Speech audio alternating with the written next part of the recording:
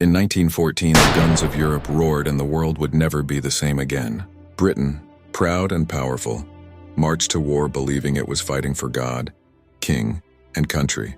Priests blessed soldiers, churches rang with patriotic hymns, and the people believed that God was on their side. But as the war dragged on, faith began to fade under the smoke of the trenches. Young men who had grown up with Sunday school and Bible verses found themselves knee-deep in mud, surrounded by death and silence. Where was God amid the gas, the shells, the endless slaughter? It was called the Great War, but it became a great test of the human spirit. Over 900,000 British soldiers would die and millions more would return broken in body and mind. The war didn't just destroy cities, it shattered certainty. Before 1914, religion gave answers about life, duty, and destiny.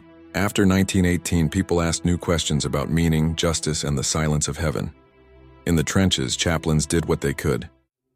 They prayed over dying men, wrote letters home to mothers, and held services in bombed-out ruins. Yet even many of them began to doubt. Poets like Wilfred Owen and Siegfried Sassoon gave voice to that doubt.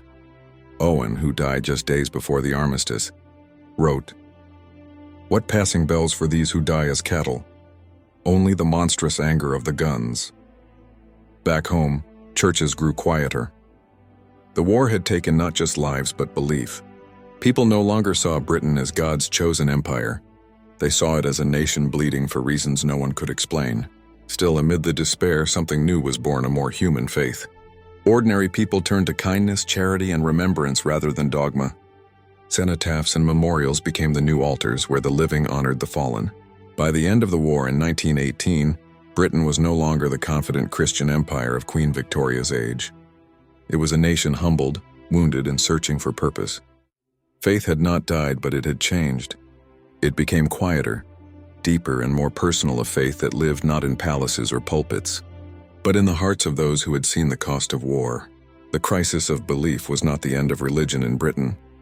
It was the beginning of a new kind of spirituality, one forged in suffering, and born from the ashes of the Great War. Follow for more.